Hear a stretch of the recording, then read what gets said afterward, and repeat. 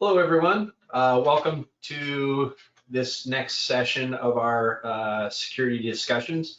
We're going to give everyone just a few more minutes. It's right at 11:30. We do have close to an hour of content, but I think it'll be good for us to allow everybody to get connected. We've got about 16 people have joined so far, and we've been having around 30 to 40 people join each one of these sessions. So it's actually been pretty well attended. So just sit tight and we'll be right with you.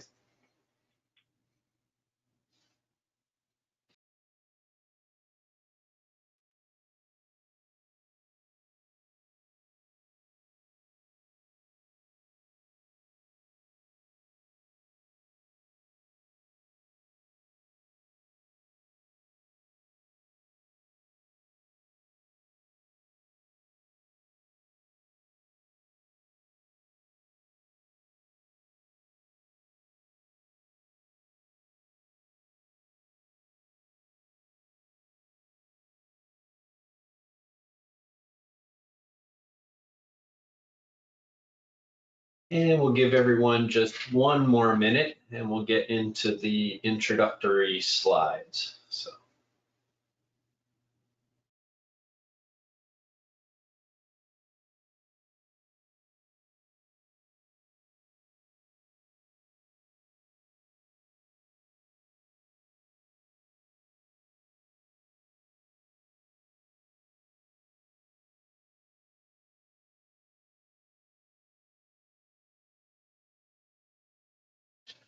All right.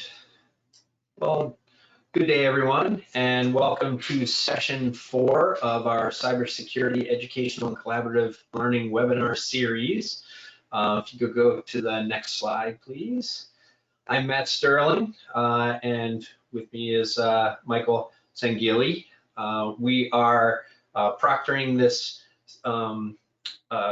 this security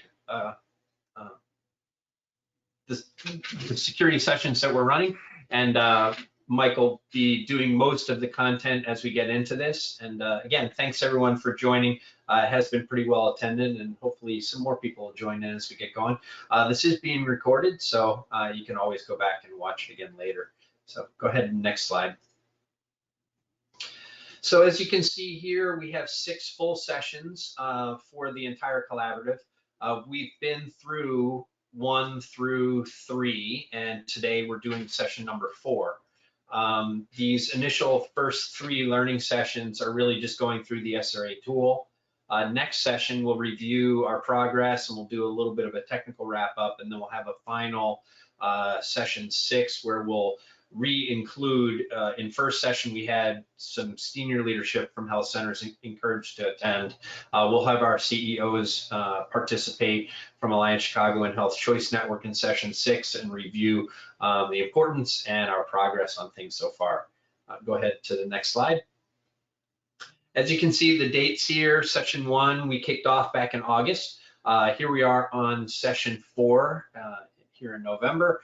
And then we figured with the holidays, we would give it that much more of a little bit of a break and get back together again in the middle of January. So I'd encourage everyone to try to put some attention to this early in December and not wait until January when we get back for maybe a break. And then our final wrap up will be another 6 weeks after that at the end of February. Next slide. So for today, we're going to do go through the security risk assessment tool, sections 3 and 4, and Mike's going to walk through all of those, identifying some key SRA personnel, security awareness training, and EPHI access management. And next slide. As far as logistics go for the meeting, I think everyone is forced to be muted except for presenters.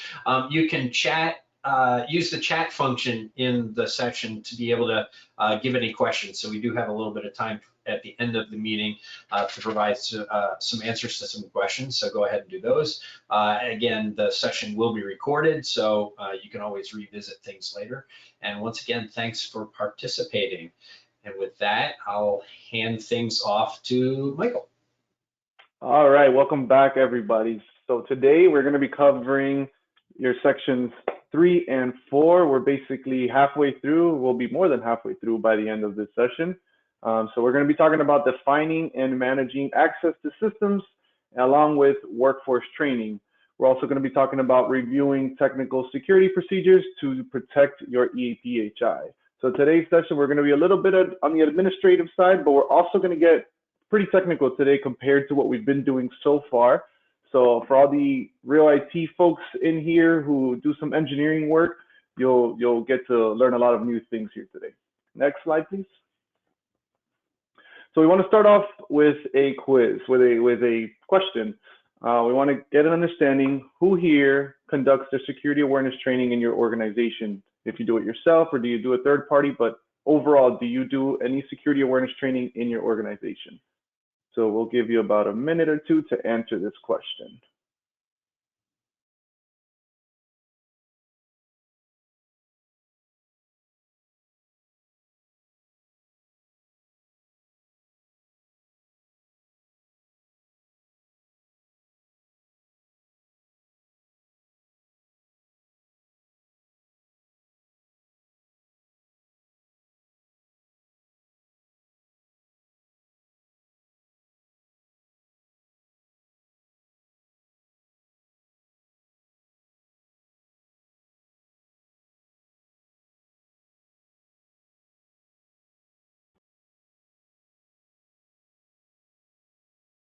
All right, I can't see what percentage we're at right now of voters.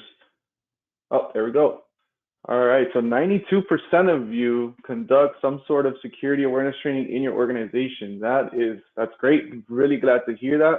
HIPAA is now strongly enforcing security training in organizations, mainly because almost all threats nowadays are coming from phishing simulations or attacks against employees, not just high-tech attacks, but really it's just simple phone calls to convince people to give up their passwords, or simple emails to convince people to input their passwords, and then attackers breach an organization just by that way. So that's why security awareness training is such an important topic nowadays.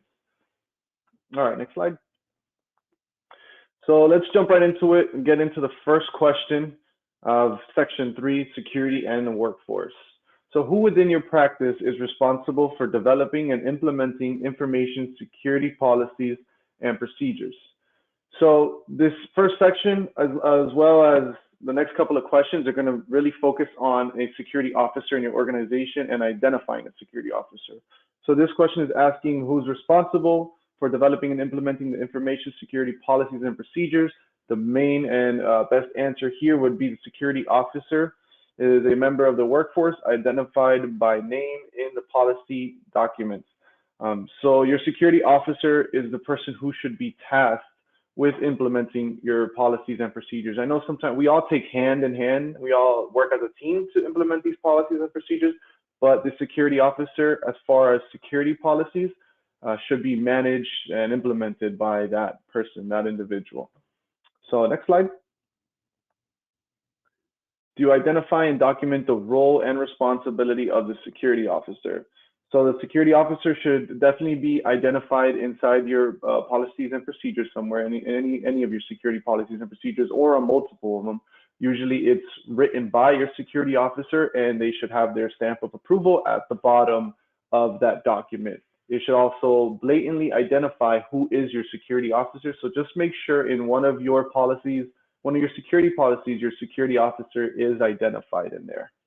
Next slide.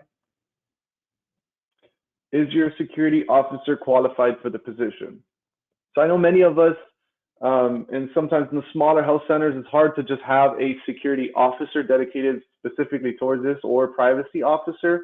But what I've seen some organizations do, which is still good, is the IT director can educate themselves on many of these security topics by getting sort of certifications or even education in degrees. So some of the certifications that a security officer would hold, or someone in your IT department that may want to take on this role or move into this role, the Certified HIPAA Security Expert, which is the CHSE, is a great certification for anybody in the HIPAA security workforce environment. This is going to cover all your HIPAA security guidelines and the policies and procedures and everything outlined as far as the HIPAA security rule. So it's a great certification to have. Then you can move into some of the more technical certifications, which you can start with the Security Plus, which actually the Security Plus, we recommend that to every IT department or any IT person in any position within technology, as this just gives you a broad understanding of security in every aspect. It touches every little piece of security and gives you the basic understanding of each one. So we strongly recommend not only your security officer, but all of your IT staff to have that Security Plus. So now this next one is more for the security officer, the CISSP and the CISA. These are both more organizational security certifications that go more in depth as far as administrative and some technical and some physical, but this is more at a higher level of security management programs at organizations. So those are just some of the certifications of many certifications and education out there, including there's plenty of cybersecurity bachelor degrees and master's degrees out there nowadays. So just any of those is something your security officer should hold. Next slide.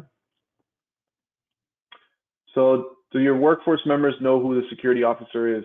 Again, it's not just outlining it in your policies and procedures, but you should actually be using your annual security awareness training to identify who the security officer is.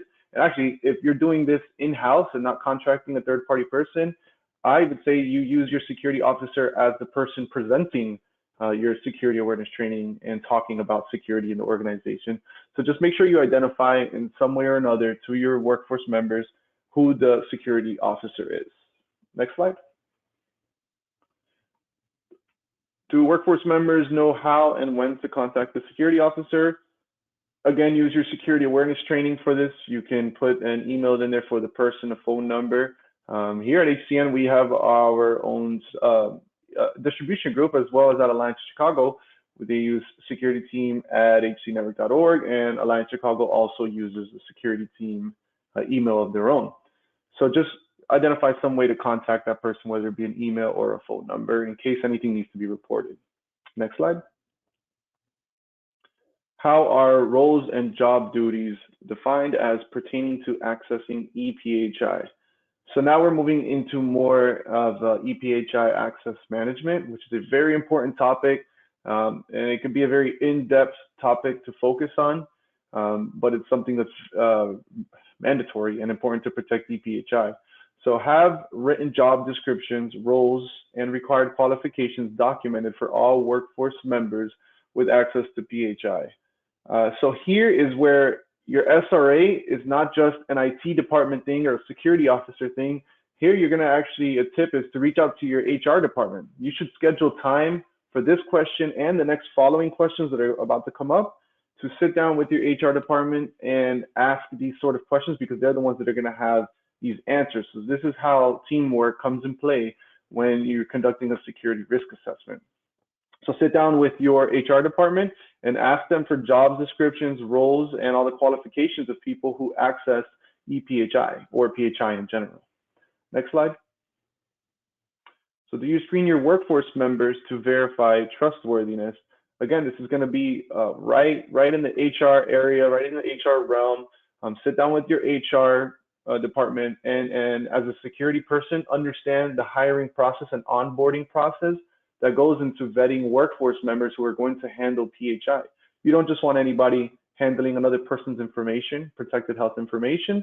You want to make sure you have a proper hiring, strict hiring procedure and an onboarding process of those who are going to be handling PHI and EPHI systems.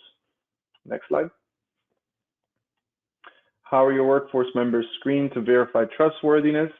Again, this is where you get into a more in-depth hiring process. You sit down with the HR department and make sure you're doing the basic stuff, criminal background checks, verifying licenses, credentials, and all the certifications that somebody may present who's going to be handling your EPHI. Next slide. Do you ensure that all workforce members, including management, are given security training? This is where we said security awareness training is huge now with HIPAA. They strongly are enforcing this. They're asking that everybody do one at least annually is the recommendation that you do one. but even better, periodic trainings should be conducted, and not just a talk or one video about security. Go as far as performing phishing simulations. Here at HCN, we actually do monthly phishing simulations with our staff, and they receive phishing simulations from myself and some of the other members of our security team, where they're not aware that we're sending them a phishing email, and we try to see who actually click the links or input their username and passwords or download files, which is all a simulation. But at the end of the day, we're able to see month to month the progress of staff and how they're doing with these phishing simulations. Because if a real phishing attack occurred in your organization, this will help protect you. If your staff is very well aware of how phishing attacks work, this will help them identify it and properly report it to you, and then you're able to block those phishing. So conduct those phishing simulations and those trainings. They're very important. You'll realize over time how educated your staff becomes on security topics. To give an example, some of our staff members, actually Stephanie Smith, who's hosting this webinar series for us, every time she receives a phishing email, she actually reports it back to us with screenshots and breaks down how she was able to identify that this was a phishing email. So you'll see as your staff goes through more and more of this training that they'll be able to spot these emails instantly and be able to tell you why this is a phishing email. So make sure you conduct all sorts of security training, not just a talk or a video or a paper that they sign. Next slide, please. How do you ensure that all workforce members are given security training?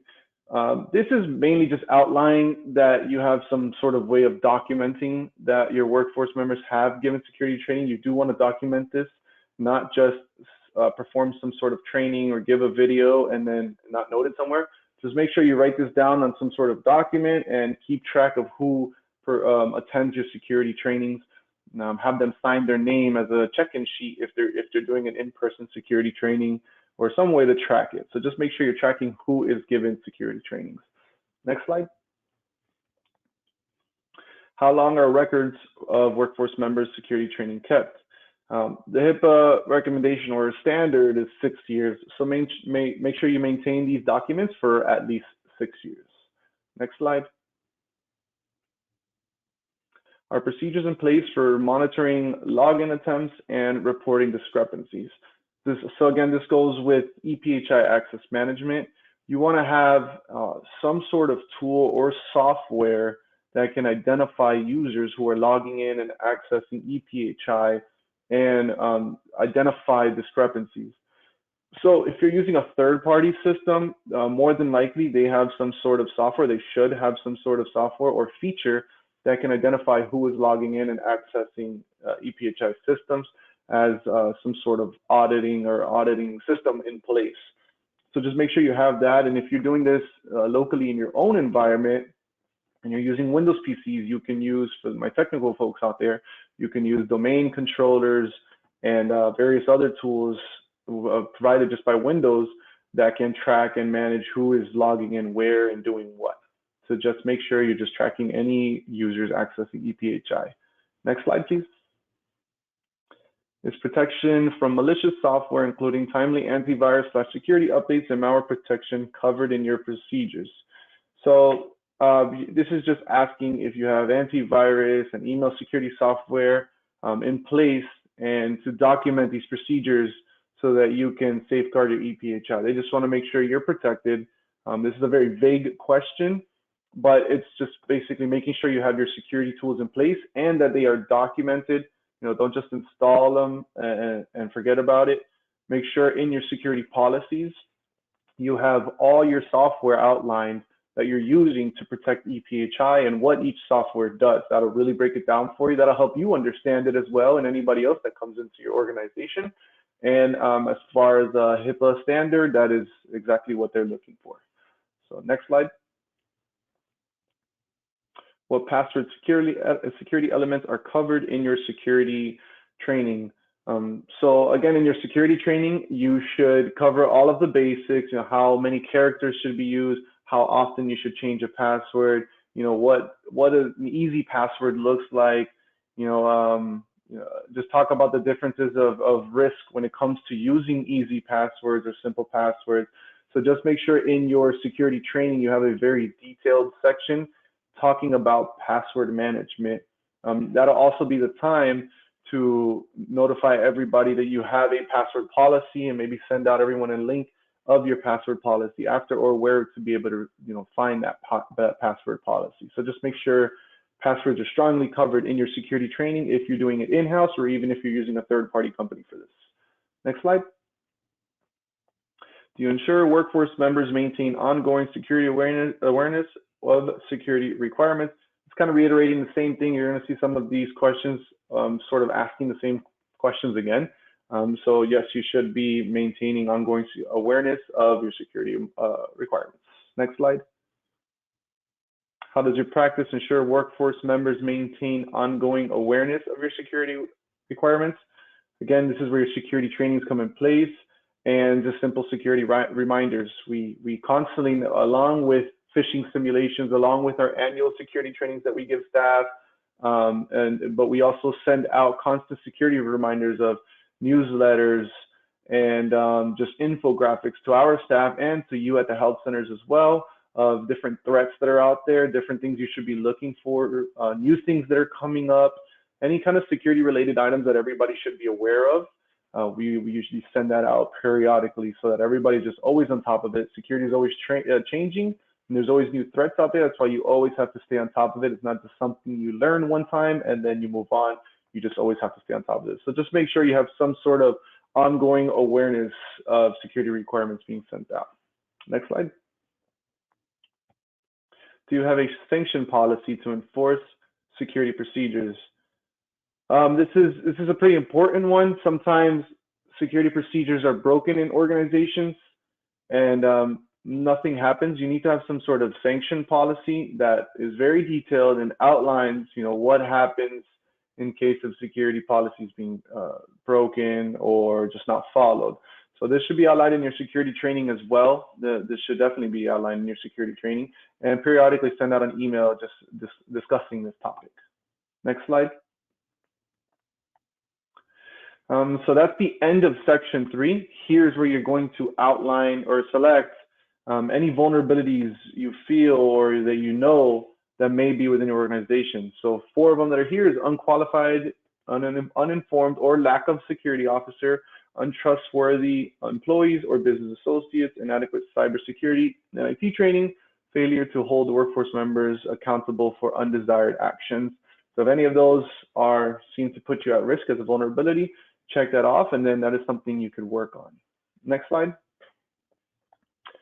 And of course, this is the area at the end of each section where you're going to see your vulnerabilities or your weaknesses. You'll use this as your areas for review. You go back and work on those areas and make sure you get that resolved on, as soon as possible, or at least by the next time you conduct your security risk assessment, you'll have those issues resolved. All right, next slide. So now section 4, this is the second section for today. It's going to be covering security and data. So let's jump right into question 1. Do you manage and control personnel access to EPHI systems and facility? Of course, your answer should be yes, because EPHI is a very important form of data. It's someone's protected health information. So this should be heavily audited, monitored to maintain your CIA, which is your confidentiality, your integrity, and your awareness. So here you want to use control systems, not just on the physical, but also on the technical side of who is accessing EPHI. So let's say you have patient charts inside of a closet. That closet should have a badge system on the outside so that you can see and monitor who has scanned in and accessed that room. Some people just think of the technical sides only, or some people just think of the physical sides only. But on the physical sides, you should definitely have certain tools that can see who is touching what patient charts. That's properly managing that's your access control for your physical side. And then on the technical side, you should have tools in place, which your EHR systems should have this feature built in. So you should have tools in place that can manage who is touching what EPHI or patient records or anything along those lines. So just make sure you're properly monitoring who's accessing EPHI. Next question. How do you manage and control personnel access to EPHI systems and facilities? So again, this is is kind of reiterating somewhat of the same question, but going a little deeper.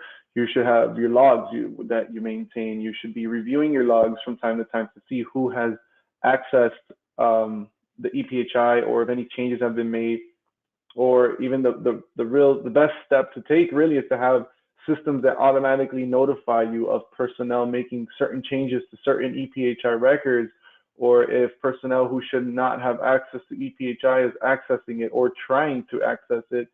So some of your EHR systems may have these features built in. If they do, we strongly recommend to use them periodically if they are not doing it automatically. Next slide. What is your process for authorizing, establishing, and modifying access to EPHI? So specific personnel should be designated to grant access and review access to systems containing EPHI. So this is going to be your IT department. You may have, if you have that security officer, if you're in a smaller center and you have that one person designated to give access to people, that one person is the one that's going to be held accountable, that's going to manage that whole piece to give access to users, and that person should also keep track of this. Depending on how your systems work, some people will reach out to the company of the EHR that they're using and ask for a new user to have access to a patient chart or patient record. And that person at the health center should also be keeping track of this information.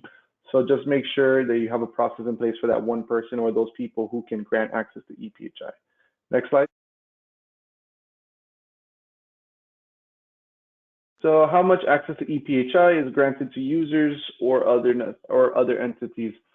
This is a standard across all security. This is not just an EPHI or a healthcare thing, but any sort of access that is needed to any kind of system, and in this case, EPHI, the minimum access necessary based on the user's formal role should be given as access.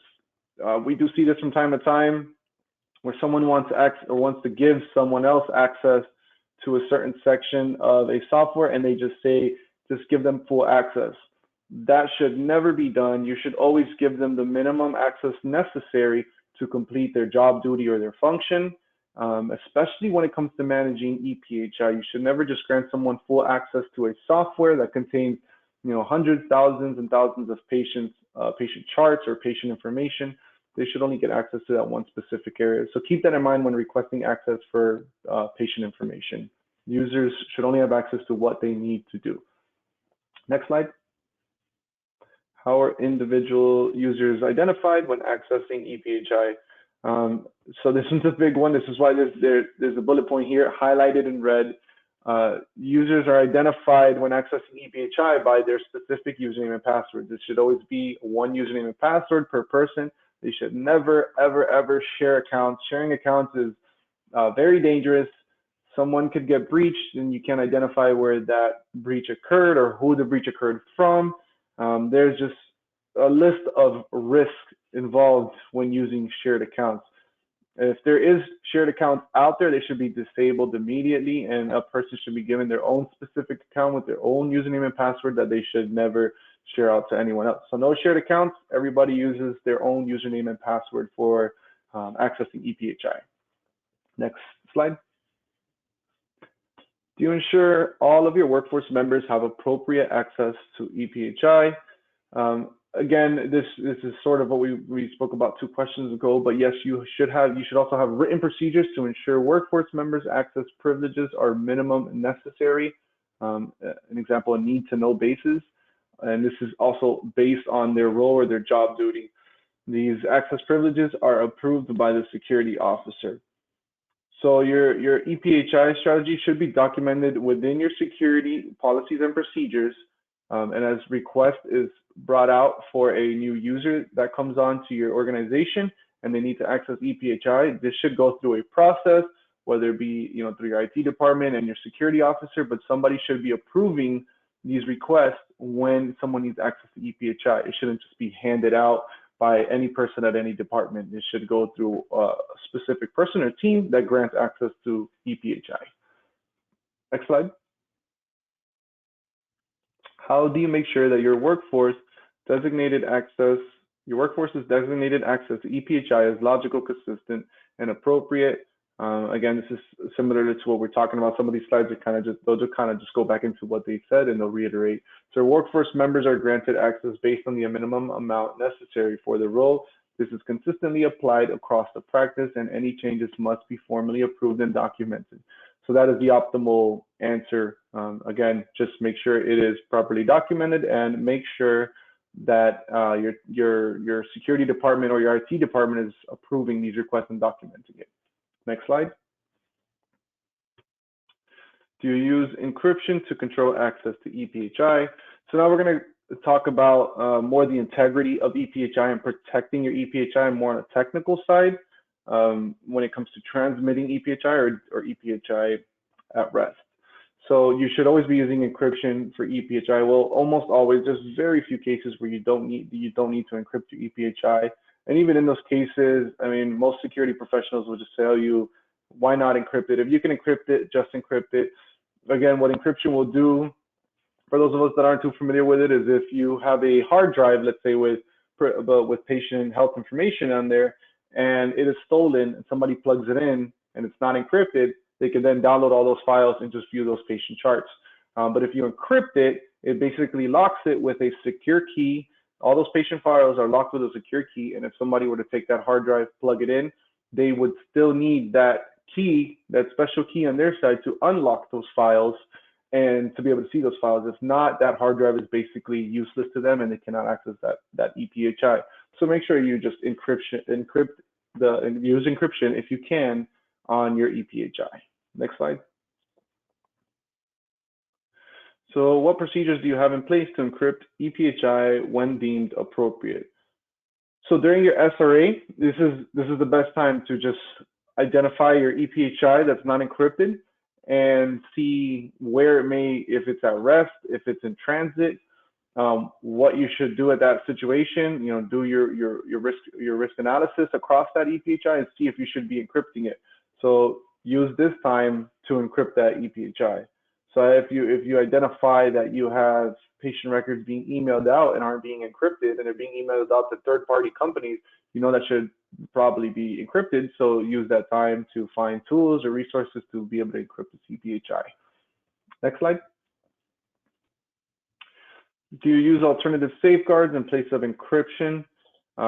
If your optimal answer is yes, when encryption is not reasonable or appropriate, we implement an alternative safeguard.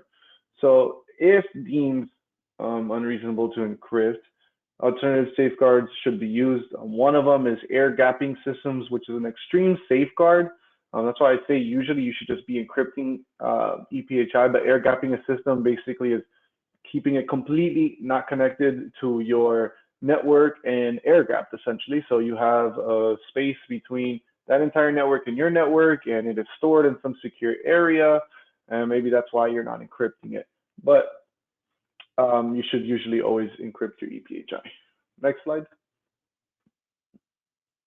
When encryption is deemed unreasonable or inappropriate to implement, do you document the use of an alternative safeguard? So if you are using an alternative safeguard, or if you aren't, nonetheless, you should still document this in your policies and procedures. Explain why you're using this alternative safeguard. Explain how you're still protected. So just make sure this is documented. You know, if you know that there's PHI out there that isn't being encrypted and you don't have it documented, while you're going through this SRA, take that time to sit down and document this. Again, this is not a project that we can complete this whole SRA in 2 days. This takes a good amount of time, just tackle section by section. And this is one section that can take you quite a lot of time, but it is also a very important section as this is dealing with PHI's integrity. So just make sure you have this properly documented. Next slide. Have you evaluated whether encryption is reasonable to implement in any of the following locations? So it gives you a list of several areas where your EPHI may be. I'm glad they gave you that list because that is very important to identify. So sometimes people think EPHI and they just think, oh, I just have it on my EHR system. When that's not the case, you got to remember that you may be emailing out EPHI. You might have EPHI on some server in your organization. You might have, for some reason, put EPHI on a USB stick to transfer it somewhere. there could be many places that EPHI may be sitting. So just evaluate, this is another section that can take some time, but evaluate each area of your network.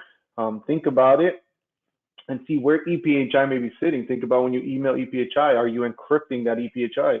Think about that old server that you may have in a closet that used to have some old medical system on it and probably still has EPHI. Is that encrypted? Is that safe? So just think about every network or every piece of device in your organization and make sure EPHI is being encrypted. Next slide.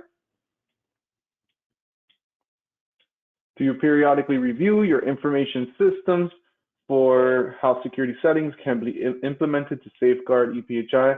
This is kind of very general. It's just making sure that this SRA is actually part of what this is asking. So if you're going through an SRA, you are definitely evaluating your systems for how security settings can be implemented to safeguard your EPHI. So by the end of this SRA, you should have various areas. You should have a lot of areas where you know you need to improve and implement further safeguards for EPHI, or just upgrade them, or just figure out better ways to manage them. Next slide. How are you aware of the security settings for information systems which process, store, or transmit EPHI? The optimal answer here is all systems which create, receive, maintain, or transmit EPHI, including any firewalls, databases, servers, and network devices, have been examined to determine how security settings can be implemented to most appropriately protect EPHI. So this is sort of a tip for anybody performing this part, because they just lay it out in some sort of simple way, but we all know this is not that simple, just to evaluate all these pieces and throw in some security settings or upgrade some security settings. So something we always recommend is you create a flow chart of your EPHI. Think about where your EPHI starts from the moment a patient walks through that door and provides you with their information, to the moment you enter in their information to the system, to the moment it transfers out to another system, or to the moment from that system you have to email it out to another system, maybe a third-party company or some sort of clearinghouse. So think about all those different steps, document that in a flow chart, and then examine each of those steps and think of how you can improve security throughout each of those steps to further safeguard EPHI. So using a flow chart, especially for anybody here within a security department or an IT department, a flow chart is something really good to have documented somewhere and constantly update, so you can always evaluate it at least on an annual basis or a monthly basis, and that'll help you improve the security and protecting EPHI. Next slide. To use security settings and mechanisms to record and examine system activity.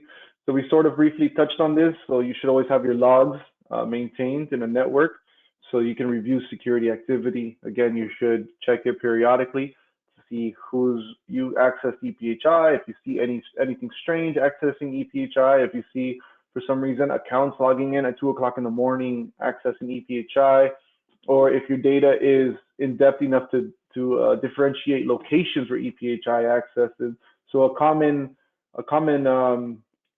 notification or a common flag for us is when a patient record or EPHI is being accessed from another country. So there's certain hot countries that we know EPHI should never be accessed from. So if this country is accessing a patient record or the systems in general, we get a flag and we see it right away. So those are the kind of logs you should be maintaining to you review your security activity. Next slide. What mechanisms are in place to monitor or log system activity? Optimal answer is monitoring of system users, access attempts, and modifications. This includes a date and timestamp. So the more information you can gather from the system activity, the better. This is basically what it's saying. So try to get as many detailed attributes as you can to be included in your logs. So depending on the systems you're using, I know this could vary across systems wildly, but depending on the systems you're using, you can select criteria of what you want to track from each user account, which is accessing PHI. So of course you should have the basics of the username, date and timestamp. If you have location, definitely add location in there as a form of tracking. What else? Job roles. You can automatically sort by job roles, throw job roles in there to see who accesses the EPHI based on their role. So the more detailed the attribute you have on the user, the better. Next slide, please. How do you monitor or track EPHI system activity? Again, this one is similar to what we spoke about. System activity records are reviewed on a regular basis. The frequency of reviews is documented within our procedures. Results of activity reviews are also maintained, including activities which may prompt further investigation. Again, this is what I was just referring to when you are reviewing your logs on a regular basis. And the prompt further investigation portion is exactly what I mentioned about location. Somebody logs in from a different location and accessing patient records from a country you have no staff members in. That should prompt you for further investigation to see why that occurred. So just make sure you're tracking all EPHI system activity. Next slide. How do you have automatic log off enabled on devices and platforms accessing EPHI? So automatic log off is a very important feature, especially devices that can access EPHI. At your help center, your devices should automatically log you out if you do not have system activity over X amount of time. You can choose and pick. Of course, common things are 15, 30, 1 hour, depending on your organization's risk appetite. You should choose how long a user should be logged off. And this can be from your software. So if you're using an EHR system, that EHR system should automatically log you off if it detects no system activity for X amount of time, as well as, let's say you're using a Windows PC, that should automatically lock itself if it detects no system activity after X amount of time as well. And the reason for this is because, let's say you step away for lunch and you forget to lock your PC or log out of your software. Now you leave yourself open to the vulnerability of someone, a malicious actor, walking by, seeing that you have your computer open, you're logged into a EHR, and now this person can access any patient records they want off of your account, and it's going to reflect as if it is your account accessing this EPHI. That's why automatic log off is very important. Next slide, please. Do you ensure users accessing EPHI are who they claim to be?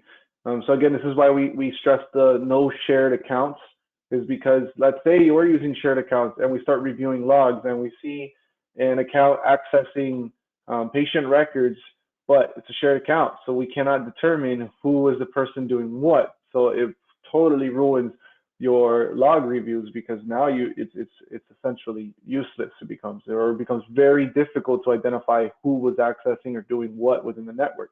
So use unique username and passwords for each user accessing EPHI.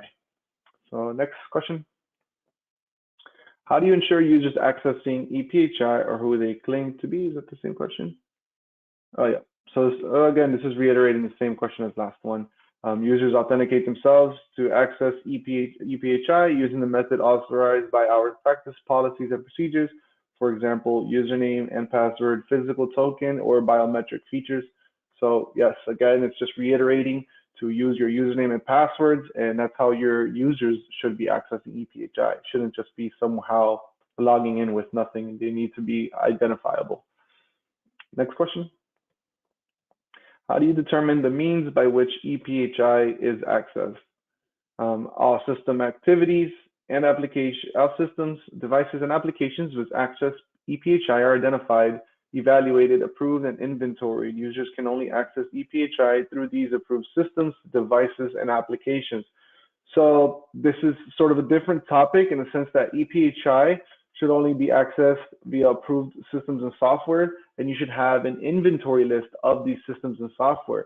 So if you know you have a laptop out there that has access to EPHI, that should be documented in an inventory list or some sort of asset tracking, because let's say a user leaves the organization and you're not aware that they still have this laptop. The most important part of this problem is the fact that they not only are you going to lose your laptop, or you don't know you lost the laptop, but they still have access to EPHI. So make sure you have a list of all devices. It's not just laptops. It can be servers. It can be hard drives that have EPHI on it. That's something that we see a lot of times that people forget. They may have, for some reason, been transferring systems and they put some PHI on a hard drive and forgot about that hard drive, and now that hard drive is just sitting in a closet or in a desk, but it contains EPHI. That's very dangerous. So just make sure you have an inventory list of all assets that contain EPHI. Next question. Do you protect EPHI from unauthorized modification or destruction? Of course, you should do it. This is exactly what we've been talking about, but make sure this is documented in your documented in your policies and procedures, and identify in your policies and procedures how you are protecting the integrity of your EPHI. So if you're using, your antivirus systems, if you're using firewall, if you're using an IPS system within your firewall, document all this information inside of your policy and procedure and outline how it protects your EPHI. Each tool that you use should have sort of a definition in there and give examples of how it's protecting that EPHI, just so you can have it properly documented. Next question. How do you confirm that EPHI has not been modified or destroyed without authorization? This is what we spoke about a little earlier. Your EHR systems should have a built-in integrity tool, which is checking the integrity of EPHI. This tool should be able to outline any modifications made to your EPHI. So you should be able to go in there periodically or have it notify you automatically of patient records or just any EPHI that is being altered, that has been accessed. And that can, if that prompts for any sort of investigation, that gives you the opportunity to further investigate and find out why. But you should have some sort of way to be able to identify if any modifications have been made to your EPHI. Next slide. Do you protect against unauthorized access to or modification of EPHI when it is being transmitted electronically? So this is where we were speaking about protecting your EPHI is not just sitting on your server or your hard drive. If you're emailing out a piece of protected house information, this should be encrypted to protect it. If you're sending it off again to a third party, you should be encrypting it. You should have some sort of encryption tool that automatically encrypts PHI as it's sending it out. Even better, basically every single email encryption tool can sometimes automatically detect that you're sending out EPHI and it will automatically encrypt it. Sometimes that causes for false positives and you may have something being encrypted that shouldn't be encrypted, but at the end of the day, it still keeps you safe when you're sending out EPHI via email or any other means of communication. Next slide. Have you implemented mechanisms to record activity on information systems which create or use EPHI? So this is similar to what we talked about already. Your optimal answer here is yes, activity on systems which create or use EPHI is recorded and examined. This is documented in our procedures, including a complete inventory of systems that record activity and how it is examined. So you should just be having all the processes that we've been talking about in the last questions documented in your policies and procedures, from your asset inventory of devices that communicate or have EPHI in it to how you're protecting your EPHI. So just make sure you have as much of it documented as possible. Next question. And that's the end of section 4. So now we're back to the areas where you believe you may have vulnerabilities or you have vulnerabilities. So check off those boxes and it'll further identify for you information or things that you can do to alleviate this. So this section covered quite a few areas, from access control to EPHI systems not having encryption to non-unique login credentials for workforce members. So just go through the list as you answer your questions and be honest, check which ones you think you need work on, and that'll give you a reviews section so that you can go ahead and fix all these items. Next slide. And again, this is your areas for review. You'll see anything that you need to work on in here, and just keep using that part as your homework, essentially. And I think that's it. Next slide. All right, so the final question we have here. Have you ever evaluated your systems to determine how EPHI travels around your network? So this is like your flow chart. So has anybody in here sort of thought about or created some sort of flow chart or thought about how your EPHI travels around your network? So we'll give you all a couple, maybe a minute or two to answer this.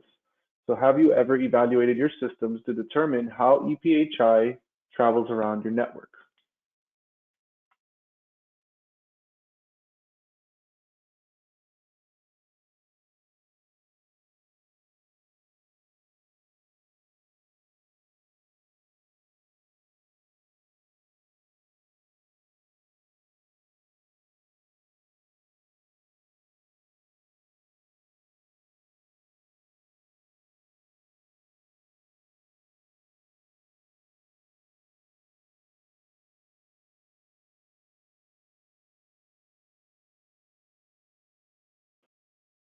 All right.